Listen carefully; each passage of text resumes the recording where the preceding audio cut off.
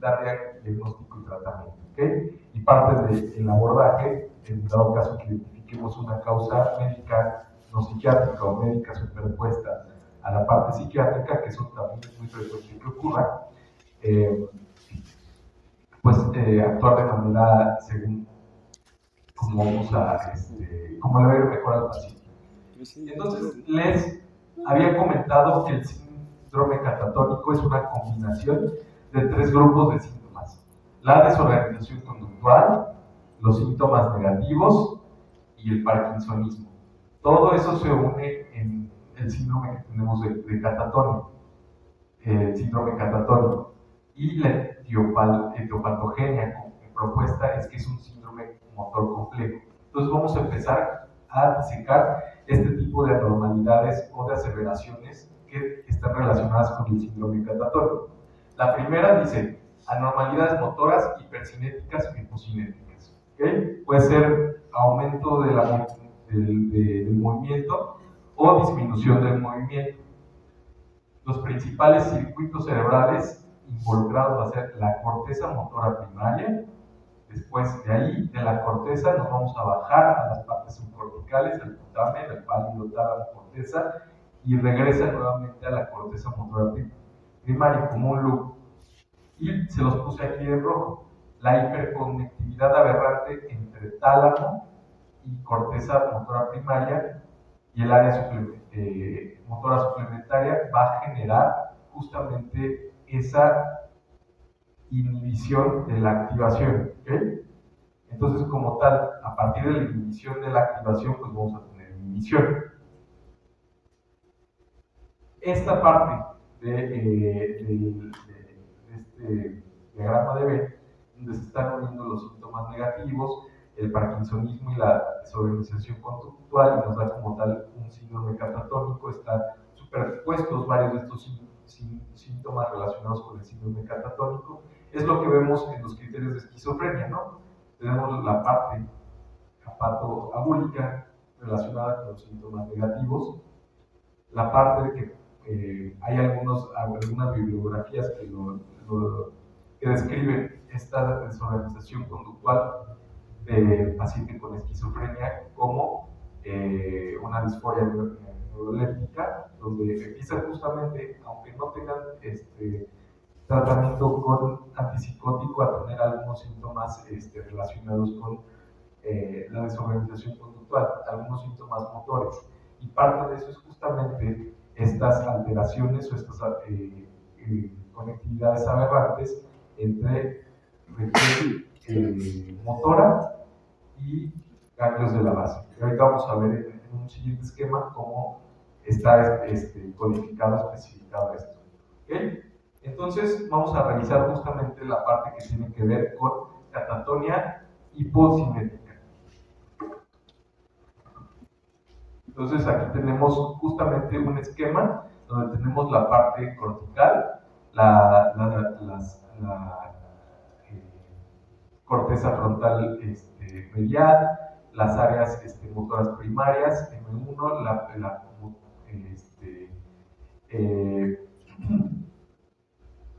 toda la parte que relaciona con la parte motora cortical, y en esta parte más, digamos, subcortical, que tiene que ver con la parte subcortical, tenemos los ganglios de la base, el tálamo y por último el cerebelo. Si ven, aquí tenemos la codificación en cuanto a el predominio de las vías que están involucradas en este esquema. Tenemos vías facilitadoras o vías activadoras con verde, vías inhibitorias con rojo y modulación únicamente con el azul. Y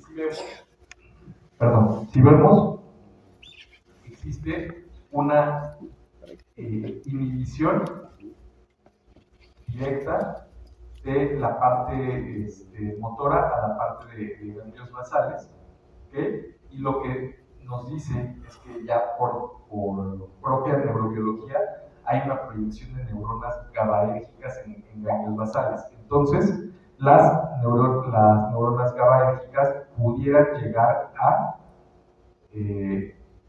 generar esta hiperregulación inhibitoria que a su vez va a tener como un loop, es decir, si estoy regulando de manera inhibitoria ganglios basales, los ganglios basales van a responder responder o van a tener una falta de respuesta que va a generar un bucle de esa respuesta inhibitoria. Entonces, a final de cuentas, lo que se teoriza que tiene que ver con el síndrome catatónico es una hiperconectividad donde predominan proyecciones de neuronas GABAérgicas que predominantemente van a tener efecto inhibitorio. Y ese efecto inhibitorio se va a sumar a ese efecto cortical. Como tal, vamos a tener a su vez un efecto inhibitorio que nos va a provocar esa situación. ¿Okay? Muy bien. Entonces, aquí hay algunas explicaciones que tienen que ver un poco más con la fenomenología. Y la primera es la parálisis de la voluntad. Desde Grappelli nos describió como parte de alteraciones en la volición, es decir, en la voluntad y la actividad, que después fueron descritos como síntomas negativos de la esquizofrenia.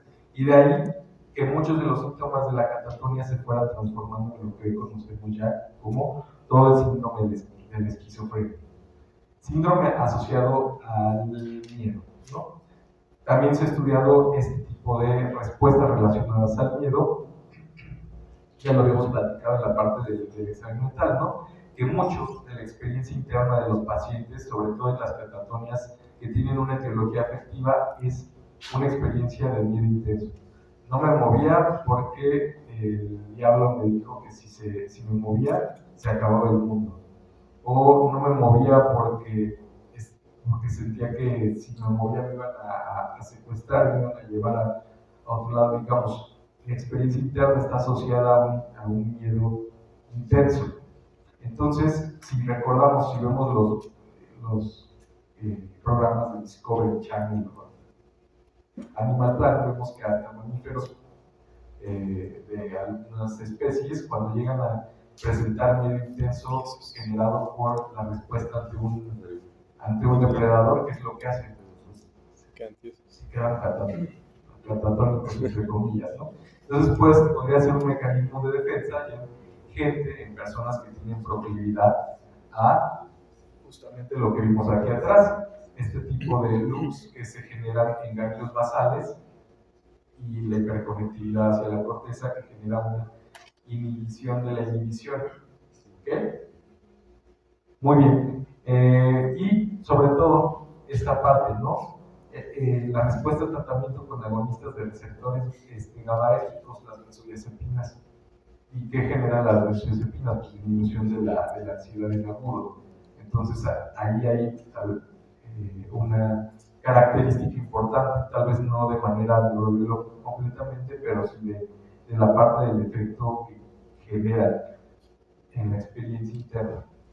Y por último tenemos también una hipótesis de irregulación del sistema inmunológico. ¿Y por qué se empezó a estudiar esto? Pues por la relación y superposición entre síntomas de encefalitis autoinmune y síndromes catatónicos secundarios a enfermedad psiquiátrica, ¿no? Vieron las fases, ¿no? Hace 2 semanas de las encefalitis autoinmunes, ¿no? Y empiezan a generar muchos de los síndromes, de los síntomas y signos que se pueden encontrar también en una catatonia, hasta el origen afectivo de una catatonia por parte de esquizofrenia. Pueden durar hasta meses los pacientes con encefalitis autoinmune sin que se les diagnostique adecuadamente, y sobre todo cuando traen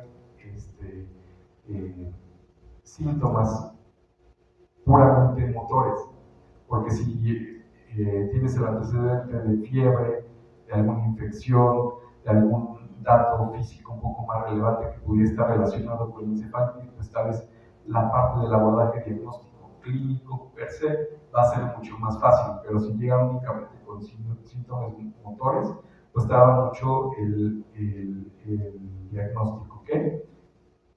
Muy bien. ¿Hay alguna pregunta hasta acá sobre síndrome catatónico? ¿No? ¿Ya han visto síndrome catatónico? Muy bien. Entonces, como ven, no es una situación rara, porque en la bibliografía todavía lo ponen como una situación poco frecuente y rara, pero seguramente ya aquí ahorita en junio, en los meses que llevan de uno ya les ha tocado abordar un síndrome catatónico. ¿Ok? Muy bien, pasamos a la etiología y aquí es donde vemos lo que pregunté hace rato. 10% de los pacientes ingresados en hospitales psiquiátricos, ya lo estamos viendo, el 43% de pacientes con trastorno bipolar, episodios depresivos o maníacos, 30% de pacientes con esquizofrenia y otros trastorno obsesivo compulsivo, trastorno por estrés postraumático. Aquí lo que estamos viendo relacionado con las sustancias, ¿no? Alcohol, benzodiazepinas y hasta parte del espectro autista. El 25% de esos pacientes hospitalizados en psiquiatría, pues va a haber encefalitis autoinmune. Y causas secundarias a medicamentos que justamente nos debe llamar la atención porque tenemos alta mortalidad, es la parte del síndrome neuroléptico maligno, ¿no? Porque, como les decía, se comparten en nuestro diagrama de Venn que vimos en las primeras diapositivas, se comparten la parte del parkinsonismo y la parte de la desorganización motora con relación con síndrome neuroléptico maligno. Entonces, hay que estar muy al pendiente de las causas médicas cuando nos encontramos con un síndrome catatónico. ¿Okay? Trastorno obsesivo compulsivo. ¿Por qué podría dar un síndrome catatónico? Desde la experiencia interna, ¿quién se le ocurre que pueda pasar?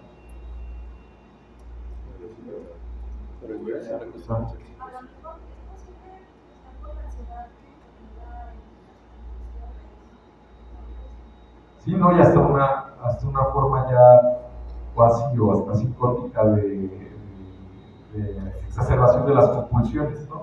No me tengo que mover porque si no me contamino, ¿no? Ya mejor no me muevo para no contaminarme más. O por ejemplo, llegan pacientes tan complicados con TOC, con la parte compulsiva, con estas compulsiones de simetría que dicen, no es que no puedo tocar nada que no sea simétrico, entonces si toco algo que sea simétrico, no es simétrico, me llega una angustia terrible, entonces ya mejor me quedo así, quieto. Entonces sí, hay muchas variaciones de esta situación, pero ojo, hay que empezar abordando la etiología. Y la parte que puede ser muy útil en urgencias es que para abordar la etiología del síndrome catatónico, en ese mismo momento que estamos abordando la etiología, estamos dando tratamiento. Eso es una parte muy, muy importante. Entonces, el abordaje principal va a ser centrar en la identificación del síndrome. Si ven, ahorita vamos a revisar la escala de Busch-Francis, pero se les adelanto, sí, para que se considere una escala con ya una alta sensibilidad para diagnóstico de un síndrome catatónico. Yo no sé cuál sea la etiología o la causa, pero que sea un síndrome catatónico necesitas dos ítems, ¿okay? Para tener cierto grado ya de sensibilidad para diagnosticar un síndrome catatónico. Entonces, ya un paciente que vea más quieto de lo normal en la sala de urgencias, ese ya me está haciendo así como que por aquí hay algo raro. ¿Por qué? Porque yo estoy cumpliendo el 50% ya de lo que necesito para tener una alta sensibilidad para identificar el síndrome catatónico. Entonces ya si veo más o menos que hay haciendo muecas raras y está quieto, pues ya tengo dos, ya cumple el síndrome catatónico, entonces ya hasta le ganan las horas que dicen, no, ese tiene síndrome catatónico, le voy a hacer una Busch-Francis. Pero justamente hay que empezar a ejercitar esto a través de la observación desde que vamos a los pacientes en la sala de urgencias, ¿okay? Para que no se nos empiecen a pasar estas situaciones, ¿okay? Entonces, ¿cómo vamos a diagnosticar el síndrome catatónico? Pues ya les adelanté, ¿no? Existen los criterios del DSM-5 y en el C11 va a haber otra categoría exclusivamente para catatonia, que se parece mucho a los criterios diagnósticos del DSM-5.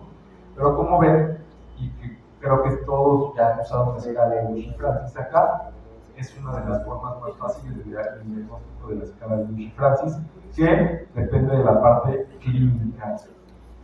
No pide ningún estudio de imagen, no pide criterios mayores o criterios menores, como en otras escalas de Reumann o de patología, etc. Entonces es una escala muy fácil, con mucha sensibilidad, pero muy poca especificidad, ¿ok? ¿Qué quiere decir? Que detecta muchos casos positivos, pero también va a tener un gran porcentaje de falsos positivos, ¿no? Eso quiere decir que tiene una gran sensibilidad y una muy poca especificidad. Entonces, eso debo de tomar en cuenta para las propiedades que tienen de mi prueba diagnóstica, ¿no? Muy bien. Entonces, ya como lo que dijimos que está anormal en el síndrome catatónico es un síndrome psicomotor, ¿ok? Entonces lo que vamos a tener es una actividad psicomotora alterada, incrementada, anormal o disminuida. Así lo vamos a clasificar. Hay síntomas psicomotores, van a estar aumentados, anormales o disminuidos, y le vamos a sumar las anormalidades autonómicas. ¿Ya? Muy bien. Entonces, aquí este cuadrito está muy padre porque tenemos dividido qué vamos a hacer en la exploración en urgencias o la exploración cuando estamos frente al paciente. Nos dividen en 3 columnas: en observación, en la entrevista y en el examen físico, que es prácticamente lo que tengo que hacer cuando estoy aplicando la escala de Bushy-Francis y estoy valorando probable síndrome catatónico.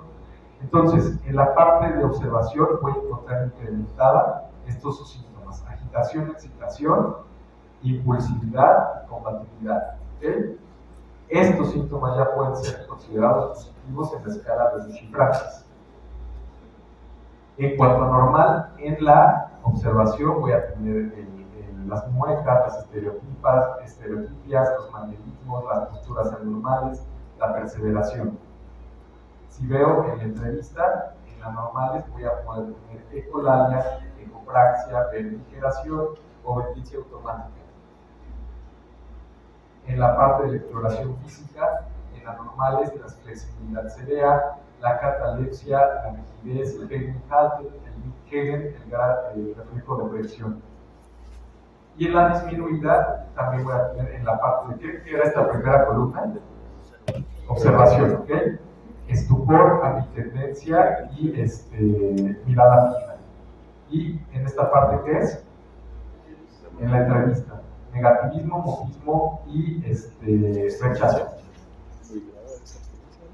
El sistematizar de ese modo la entrevista les hace que ya hasta ni siquiera tengan que estar con la Bushy-Francis impresa, ¿no? Ya se va directo al paciente y ya después imprimen su Bushy-Francis y ya tuvo esto y esto. Observación, entrevista y exploración física, que es más o menos los pasos que vimos en la parte del examen mental, ¿no? Muy bien. Y por último, las anormalidades autonómicas, que ya estoy viendo que llega a mi quinta de triage con febrícula, taquicardia, hipertensión, etcétera, pues ahí ya de plano estoy sumando un punto más, ¿ok? Muy bien. Entonces, vamos a revisar más uno de los signos ahorita como para estas se las voy a subir sin ningún problema, les voy a subir esos documentos para que lo revisen con más calma cuando ustedes quieran, pero vamos a revisar algunos de los síntomas de la escala de Bushy-Francis. ¿Ya podemos explicarle ahí al link, por favor?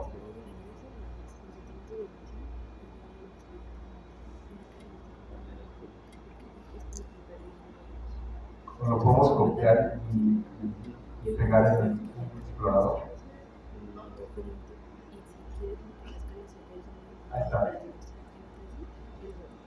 Bien, este es un manual justamente para toda entrevista y todo procedimiento, más bien toda prueba diagnóstica que está de cierta manera estandarizada. Entonces, justamente los autores de la escala de Bushy-Francis, si ven aquí está uno de ellos que es Abel Francis, genera este manual de codificación para para que se evalúen de manera apropiada los signos y síntomas relacionados con la escala de Bushy-Francis. ¿Okay? Entonces le bajamos tantito, por favor.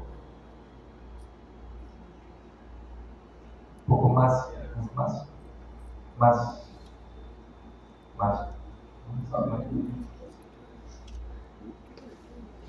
Un poco más. Creo que es esta abajo.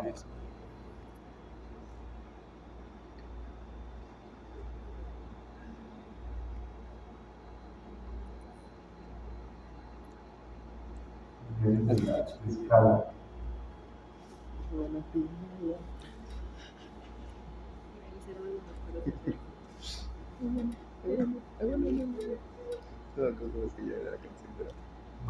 Más. Ahí está. Esta parte del manual, creo que la ver viene hasta abajo. Entonces vienen, si ven, links donde están todos los signos y síntomas. Pero está padre porque viene la definición antes, ya vieron las escalas, y después viene el link con la explicación. Por ejemplo, no vamos a ponernos a revisar todos ahorita, pero ¿cuál quisieran revisar? Midhegen. Entonces, le podemos poner aquí donde dice video. ¿Qué? Viene con todo el video. En el 17. Tenemos acceso a todo el video. Ahí al lado viene el video. Yo creo que lo hago. Ok. Igual hay una, el doctor Leonardo, de epilepsia, ¿no?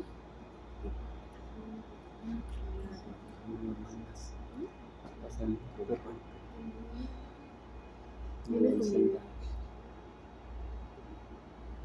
O justo en la palabra. Luego cuando se pone el control y el clic se jala. Mira, ya le. Ahí, eso. Así lo tenía en modo lectura. Midhegen. Me encanta que nos enseña el alemán.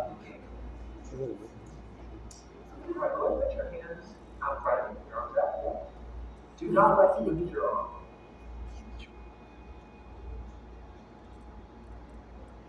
Alright, lift your arms out. Try to be like this. Do not let them lift your arm.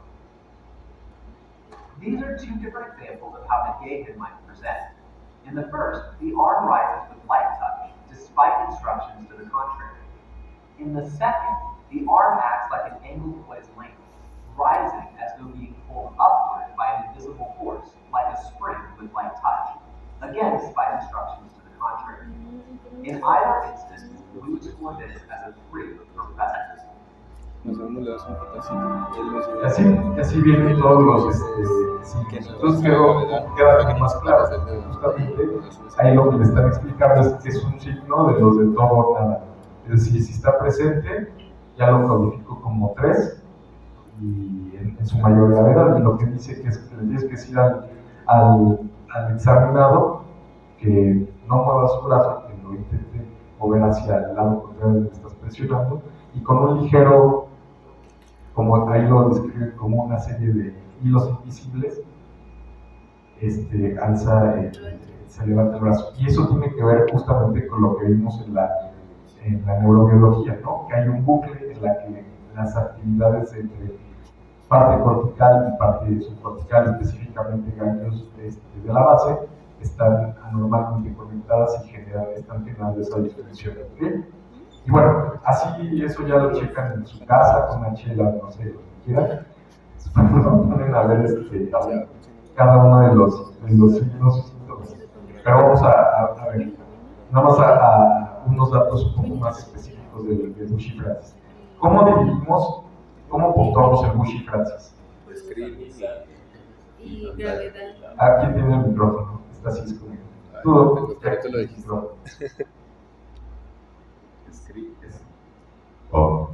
de exactamente. Screening, tamizaje o severidad, ¿no? El tamizaje van a ser una codificación categórica, sí o no. ¿Okay? Y vamos a tomar la primera hoja, los 14 puntos. La parte de la severidad, ya que se cumplieron los primeros 14 de screening, la parte de la severidad ya se aumenta contando todos los puntajes de cada una de las categorías, ¿okay? Y así podemos ir evaluando la evolución del síndrome catatónico a través del tiempo. ¿Ok? Muy bien. Entonces ya tenemos nuestro primer paso, que es evaluar la parte del síndrome catatónico. Y como estamos en un momento crítico, un momento de urgencias, entonces debemos evaluar todas estas situaciones relacionadas ya con la parte física, porque no sabemos cómo nos vaya a llegar el paciente, ¿no? Qué tanto tiene de catatonia.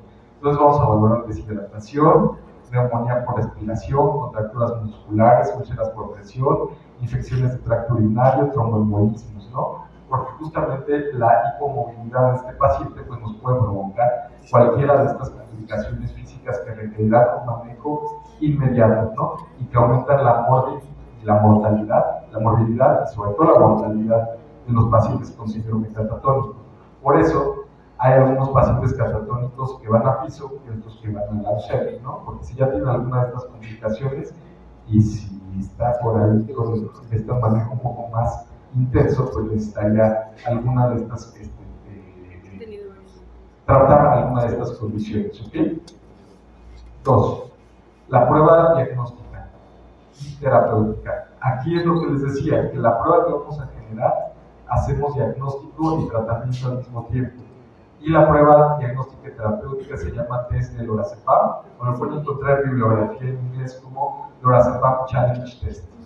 Y el objetivo es disminuir la incertidumbre de la sospecha diagnóstica de la catatonia. ¿Okay? No es diagnosticar, es disminuir la incertidumbre. Y vamos a tomar como un test positivo una mejora en la escala de Bushi-Francis después de por lo menos 50%, tanto en severidad como en tamizaje, después de aplicar 1 a 2 miligramos de lorazepam. ¿Okay? ¿Cuánto tiempo tiene que pasar entre? Depende de la vía de administración, pero si lo damos vía oral, tiene que ser más o menos media hora.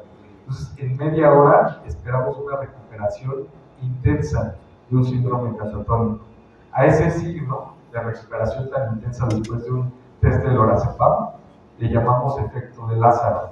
¿Sí? El Lázaro de la Biblia, ¿cómo decían de Lázaro? Se levantó y anduvo, ¿no? Por eso se llama efecto Lázaro.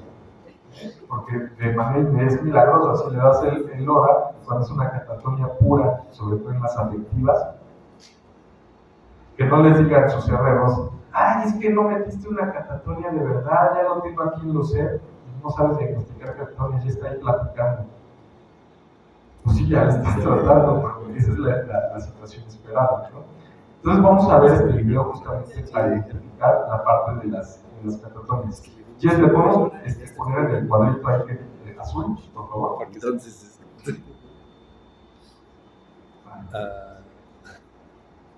Otra vez, a ver si lo quiere dejar.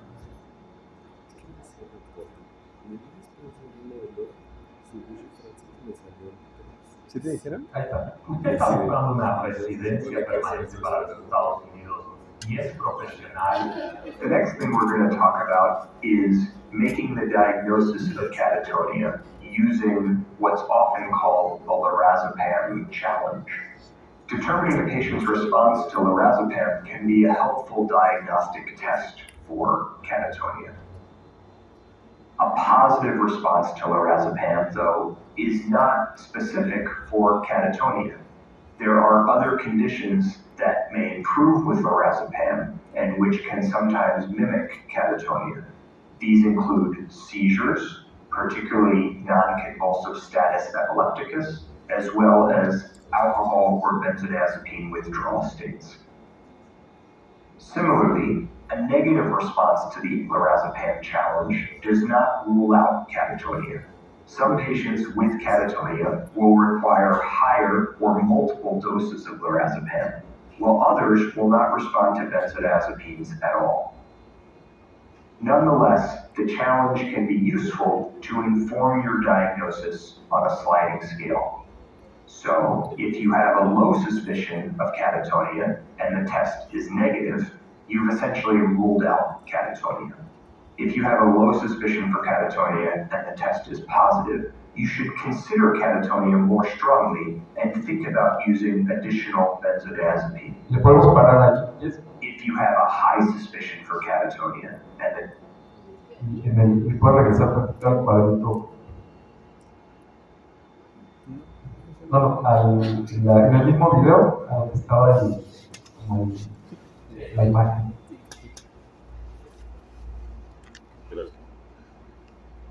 Échate la dentiste, güey.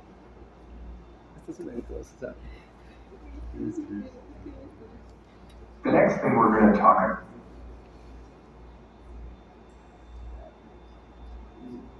Dale, se lo cambiaron de enterrar.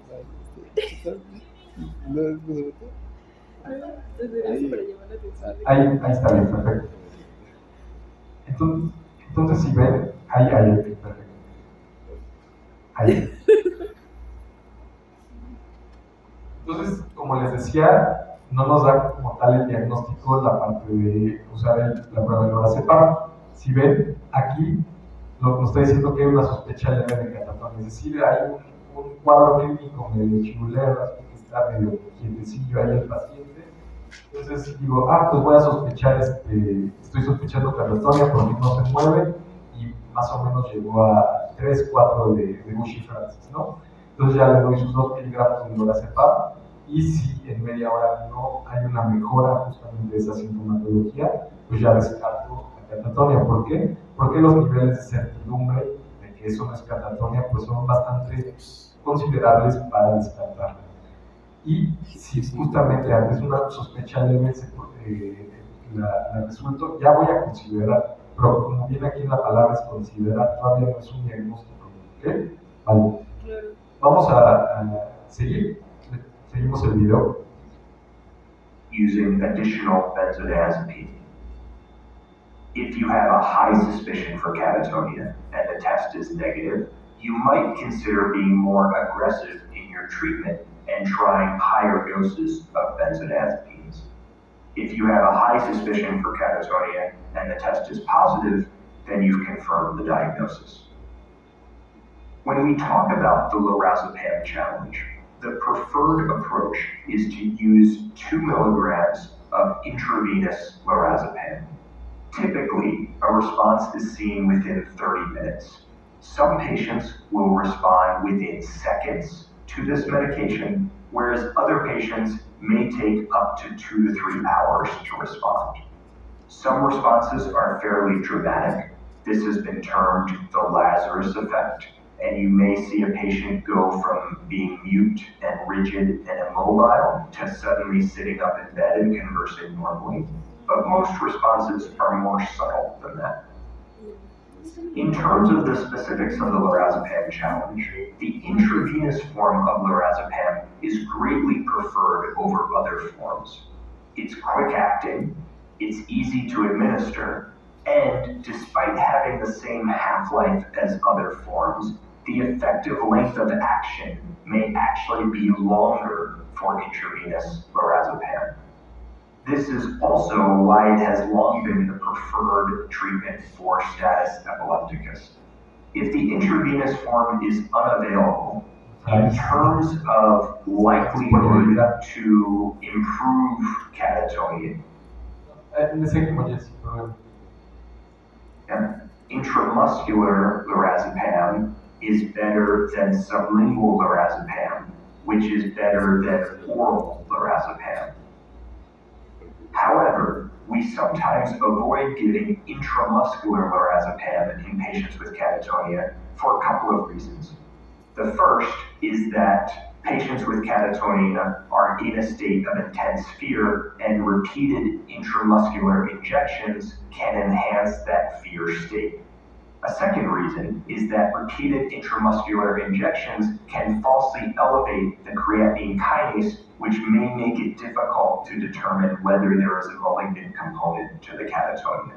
For that reason, if intravenous lorazepam is unavailable, we will often use sublingual lorazepam. Lorazepam is preferred over other benzodiazepines because of a longer effective length of action, and also because it has a preference for GABA-A, which is believed to be more involved in catatonia than GABA-B. The use of a dose of 2 milligrams typically allows for a good determination of response. Doses lower than 2 milligrams are likely to give an equivocal response.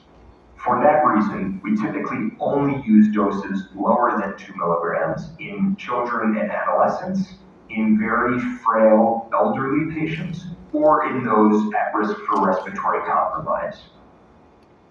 It's important to keep in mind that for reasons we don't fully understand, patients with catatonia are less susceptible to the sedative effects of benzodiazepines, meaning that typically 2 milligrams of lorazepam does not sedate somebody with catatonia, even though they might be sedated on that dose were they not to have catatonia. Other benzodiazepines have been used for the challenge. Zolpidem has also been used for the challenge, but usually when zolpidem is used as a test, lorazepam is then used for treatment. And so we find it more straightforward to use lorazepam both for the challenge and for the treatment. So in summary, a lorazepam challenge of 2 milligrams intravenous lorazepam can be used to determine the likelihood of a catatonia diagnosis and predict response to benzodiazepines.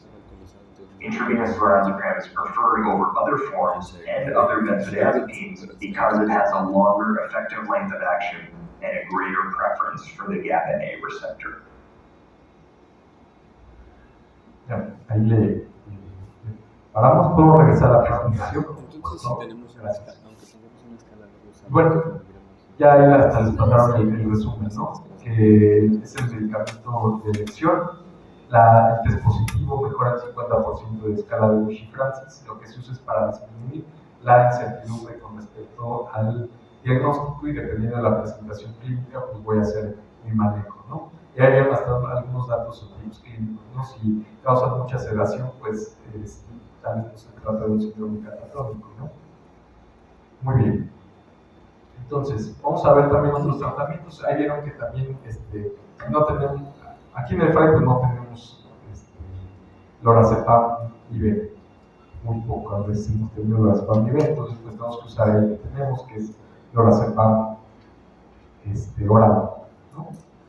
Y si no tenemos lorazepam, pues podríamos usar alguna otra benzodiazepina, pero ya ven que el lorazepam tiene mayor actividad sobre receptores GABA. Otros tratamientos. ¿Qué decimos acerca de los antipsicóticos? Pues lo más importante es descartar el síndrome neuroléptico maligno. ¿Qué pasó, doctor? ¿Cuál es la dosis máxima de lorazepam en los pacientes? Uy, puede ser hasta como 18 miligramos, 20 miligramos al día del paciente. Se usan dosis, y de hecho hay una controversia justamente en la bibliografía, porque dicen, ¿en qué momento entonces le bajamos el LORA al paciente que con catatonia se mantuvo estable con esa dosis elevada o alta de lorazepam?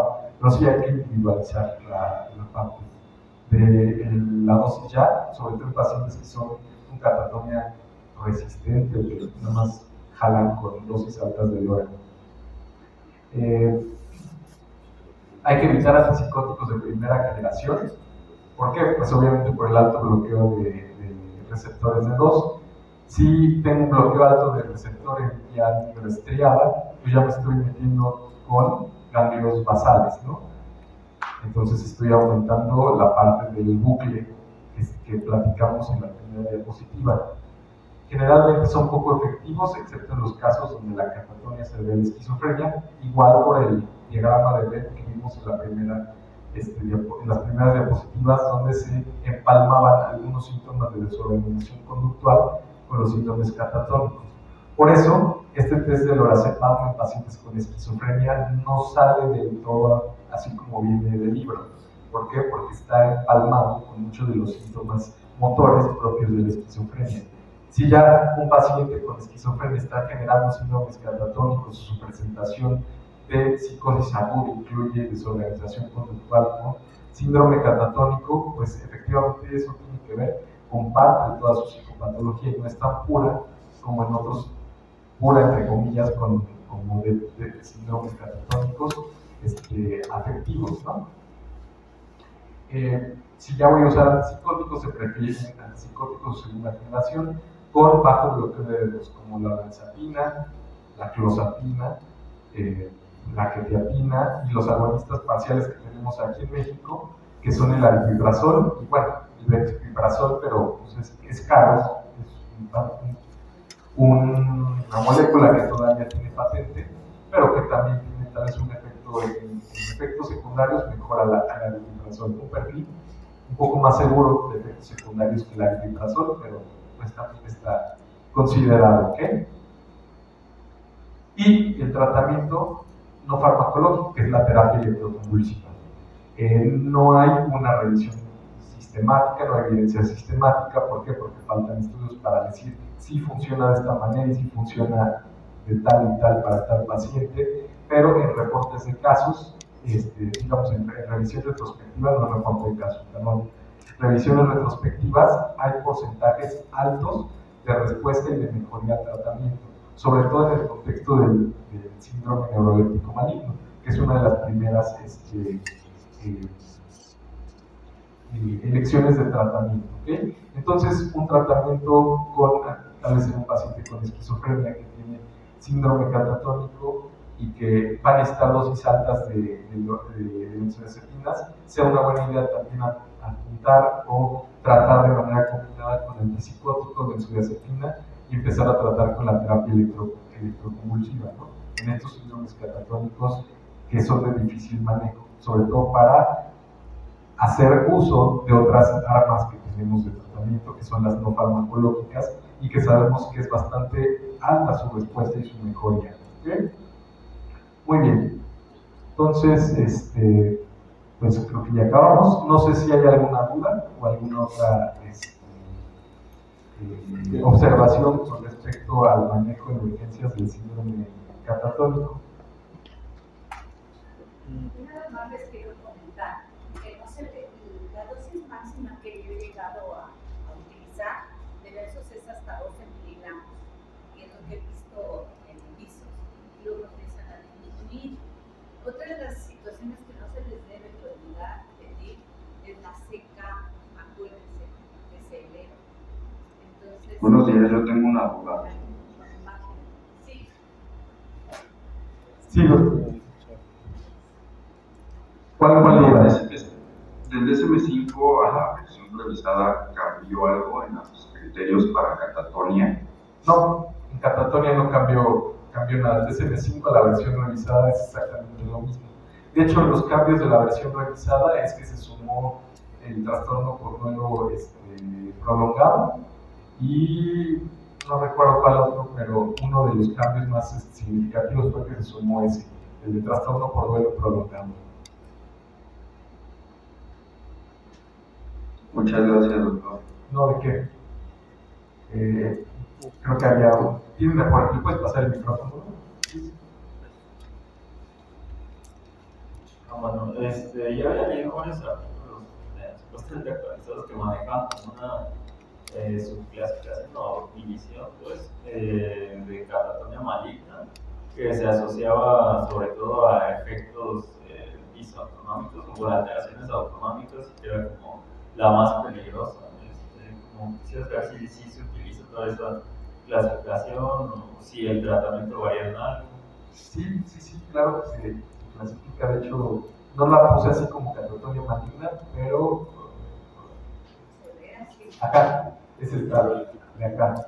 Secundarias a sustancias o medicamentos, la de alta mortalidad es la de la asociada al síndrome neuroléptico maligno, que es justamente ese tipo de catatonia maligna. También otro término que se puede encontrar cuando revisen su bibliografía es que en esta de las causas médicas no psiquiátricas, sobre todo tienen concepto ahí los de neuro, que es el catadelirium, donde tenemos empalmado síndrome confusional agudo y síntomas catatónicos. Y se da mucho también en el contexto de la encefalitis autoinmune o anti-MDA. Pero pues justamente esas son las que nos den más alteraciones autonómicas, más alteraciones médicas, febrícula, hipertensión, que está fluctuando en el estado despierto, que sin tratamiento empieza a tener síntomas polimorfos, son las que más debo de identificar y con la posibilidad de que tengan una etiología médica. Acuérdense que toda catatonia que llegue es médica, es una etiología médica, hasta no demostrar lo contrario, al igual que un delirio, ¿no? Yo tenía otra duda. ¿Por qué se debe a que... Creo que está apagado. ¿Por qué se debe a que al momento de revisar a los pacientes, si están rígidos es fácil movilizarlos? O sea, ¿no en teoría deberíamos sentir como una resistencia al moverlos? Puede haber de las dos, puede haber la resistencia al moverlos y puede haber exactamente lo contrario, que es este fenómeno de Vela, ¿no? De la flexibilidad cerebral, en la que realmente no es justamente que lo puedan mover al paciente. La flexibilidad cerebral es esa sensación como que al estarlo moviendo es como si estuvieras un Play-Doh, una vela. Entonces puede haber las dos, tanto una rigidez extrema como la facilidad como para la movilización, justamente por la integración entre los estímulos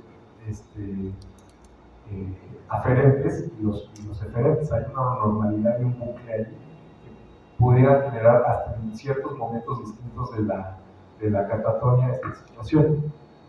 Okay. Allá atrás. ¿Le pueden pasar el micrófono a la doctora?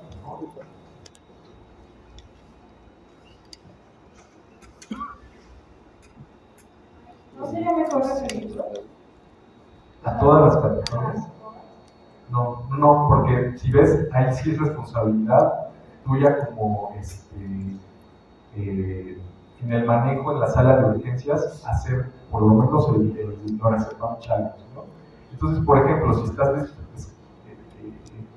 encuentras una paciente que tiene antecedente una depresión grave, le aplicas el lorazepam challenge y mejora a los 30 minutos después de haberse tomado los 2 miligramos de lorazepam, pues es una situación que no necesitaría un abordaje en un centro donde le ofrecerían otro tipo de tratamiento, ¿no? De tratamientos propiamente psiquiátricos.